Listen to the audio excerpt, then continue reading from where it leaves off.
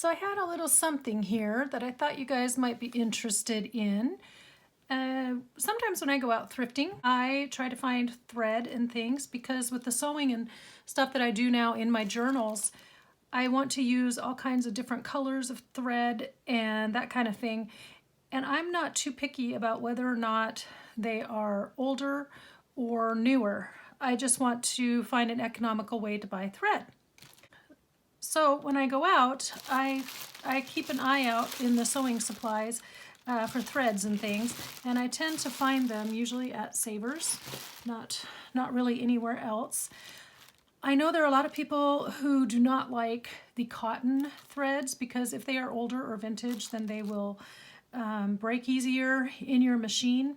But for me personally, I enjoy the feel of cotton and it's a little more natural. I'm not so big on all the polyester threads, and you can usually find them in these packs that they're clearing out. Usually people go through their stash, clear it out, give it to the thrift store, and then you can do really well.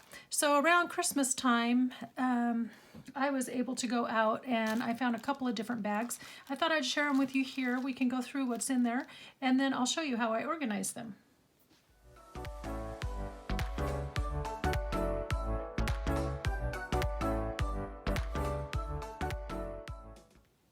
I went ahead and opened these bags off camera so that you don't have to listen to all of the rustling of the plastic and stuff. I try to look for colors when I go out that are a little more neutral. And like I said, I like to buy them at the thrift store because it's a lot more economical than buying new spools of thread at the fabric store. I'm trying to figure out where this one, where he connects, or where his little, his little spot is, but I don't see it.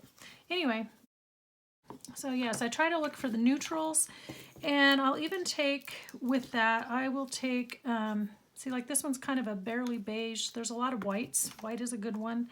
I will also take yellow as kind of a neutral, a pale yellow I prefer, but I will do yellow. And then I also divide them up. As you can see, some of these are new. And I divide them up by which ones have been opened and which ones haven't. And the reason for that is because I want to use up the ones that are partial spools first before I break into the brand new rolls. So that way I kind of have a good idea of what I actually have. And then if I run out of one, I just go and pick a new spool out of my stash of the unopened ones. I'm having trouble finding where all of these tie off. There it is. There's that one. It's kind of tricky. It's always kind of interesting to see. Sometimes you get the wooden spools and sometimes you get the plastic ones. So it's always kind of interesting to see what you get. Very often you have a mess like this where they've all just kind of come off of their spools in there. This one's cool. Look at this. Now, I don't worry too much about collecting wooden spools. I know a lot of people do, but the more I've been around with vintage stuff and the more I've done this craft with the junk journaling, I've kind of just discovered that wooden spools are not as rare as I used to think they were. So I'm not too worried if they're wood or not. Sorry, I'm taking a minute to wind these up because it does drive me a little bit batty, because otherwise I can't really put them away if they're going all over the place. Other colors I like to find are like Christmas red, like this one here. That's always going to be one that I'm going to use. And of course Christmas green, which is actually, look at, I've got 3 red spools here and they're almost, I think these two are the same. They must have had a project and then not used all the thread they wanted. Christmas green actually seems to be harder to find than you would think. So I haven't been able to find very many of like a true Christmas green, but I have found quite a few greens. Now look at this red. It's really pretty. It's a nice dark red. Other colors. Ooh, this is a white wooden spool. Huh. Interesting. Okay. Other colors I do like to find because I know that I'm going to make spring journals, or I like to do garden journals. So these kinds of shades that are more earthy greens and browns and tans, those are good ones too to find. But these do not look like they have ever been opened. Yep. Okay, I'm going to put these in the new pile over here. Got my news over here, my used over there. And I just have a couple more here to try to wrap up. Got a thread on me. And then I will show you what I do after I've gotten them separated out by unused and used. Is that everybody? Is everybody wound up? Okay, you. Nope, not you. This one's pretty though. That's a nice pretty mauve. And mauve is coming back. I'm very excited about this because that was one of my most favorite colors to wear and to decorate with. So it's nice to see that it's coming back into vogue. Oh. There we go. All right, so I've got, there's brown, there's kind of my reds. I mean, technically I could call this orange, but it's more of a tomato red, so I'm gonna I try to keep it at least a little bit simple.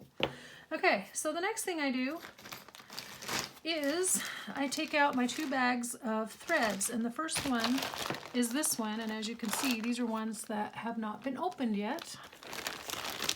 And I don't really have much organization in there. I just, other than the fact that they've not been used, I just toss them all in. I should probably get a little more organization to that bag, but there really aren't that many, and most of them are white or a kind of a cream color, so there's not that much to really sort through. If I'm looking for a color, it stands out.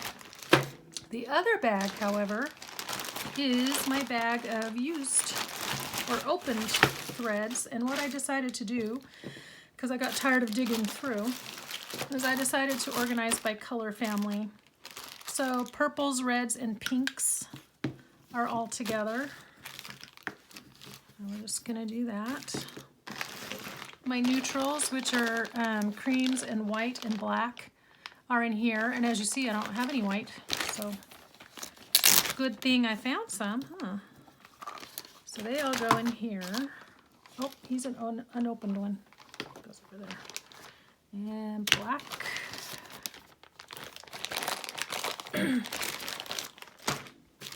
Put these guys away really fast in here. I might need to get a bigger baggie for this one. We'll see. It's interesting to see all the different kinds of spools that you collect too, like these little teeny tiny plastic ones and the tall skinny, these kind. Quite a variety, but I just use them up and then I go on to the next one. Okay, this one has greens, shades of green, which I don't have any green in this pile. This one has yellows. Well, I don't know what he's doing in there. He should be with the neutrals. Interloper. Okay, so I'm going to put this one while we're here with the neutrals. Not sure how he got in over there. And here's all my yellows. But you can see some of these are nice harvesty gold colors and kind of yellow green and stuff. So again, really nice colors for nature journals. And then my last one, because I don't have very many of either, are blue and brown. Alphabetically, they're kind of next to each other. Now this guy could either go blue or potentially green. Because I have one. I have this one right here that's almost the same, but this one feels a little more blue to me than that one does.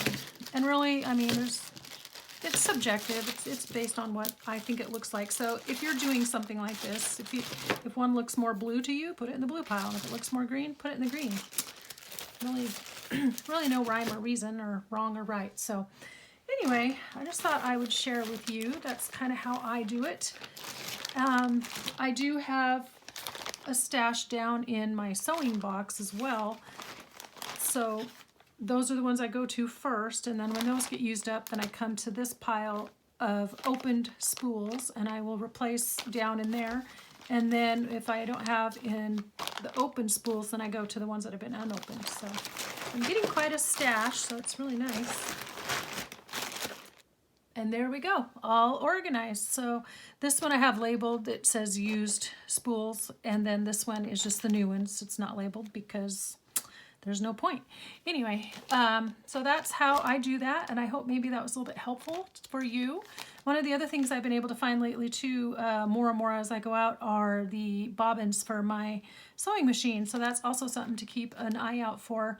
And then that enables me to have more bobbins already pre-wound so that they match my threads that I'm using. If you have any questions or comments, please leave them in the down below in the comment section. Remember to give me a big thumbs up if you'd like.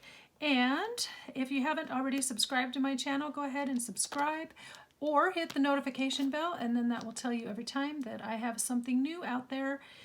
And until next time, folks, I want you to be inspired and do something creative today. Talk to you in the next video. Bye-bye.